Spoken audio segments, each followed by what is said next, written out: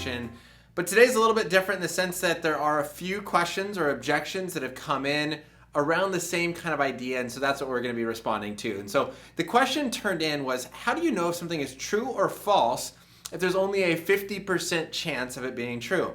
Also, last night I was speaking at an event where students was asking, look, if you have people presenting evidence for the truth and against it, how do you know which one is actually true? Because they were asking me about moral standards and the right kind of way of Christianity, and they're like, well, what's the right, your opinion? And it's like, well, it doesn't matter what my opinion is.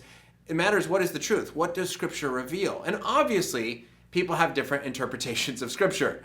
But what we're going for is not my opinion versus your opinion, treating truth as being subjective. What we're going for is that there's an objective way in which this works, and we're doing our best to try and discover it. Now, oftentimes in our culture, we're not quite sure, and you're going to have competing views. And so does disagreement or does uncertainty mean that you can't know the truth? And that's false, or that the truth doesn't exist, and that would be false. So a common example that I like to give is if my wife and I are doing our budget and I figure out that there is $10 left in our bank account and she figures out that there's 20. Well, she believes 20, I think there's 10. Do you say, well, we're not sure, therefore there is no truth? Well, no, of course not. We know that there is a number, there is a dollar amount in the bank account, and that either one of us is right, the other's wrong, or we are both wrong, and we do our best to discover that and come to what the truth is, even though we are in a disagreement. And so the same is being said when it comes to the topic of morality. Things like, is murder wrong? Right? Is it wrong to do certain moral actions? That's what we're coming down to and what we're asking here. And there's going to be disagreement in culture. And so it's not what is your view versus my view. Oh, we have two different views. We can't know. The question is, what is the true view? What is the true standard of morality? Now, if there is no true standard of morality, then no one can be wrong and everyone is right because we just have our opinions. But that's not how morality works. And so what do we do? Well, first of all, to the question, if there is exactly a 50% possibility it's true and 50% possibility it's false, then we say, I don't know. Right? There's a lot of people that I know that don't take positions on certain issues because they just don't know what the truth is.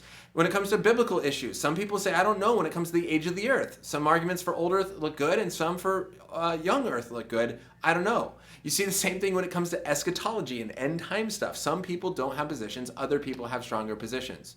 And so if you really feel like it's 50-50, then the question is, I don't know.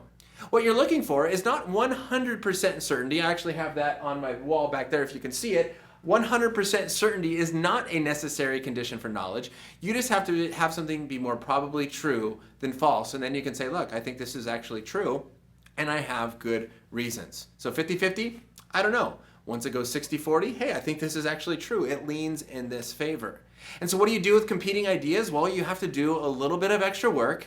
You have to do a little bit more investigation to figure out, okay, whose idea makes the most sense? Whose idea is supported by evidence? Whose idea is logically consistent? And whose idea actually fulfills the criteria and the test for testing true ideas?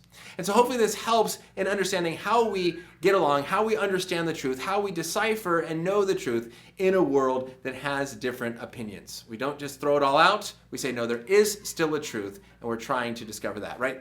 Last point, same thing with science. If there's two different competing scientific theories, you don't go, okay, throw all science out, it doesn't work. No, we need to do a better job at studying the natural world to figure out what truly is the explanation for this, not just, oh, two scientists disagree, therefore science doesn't give us truth. So hopefully that helps in understanding how we line up with this idea of truth when we're looking at different evidences, contradictory evidences. Have an awesome rest of your day. See you guys later for another question of the day.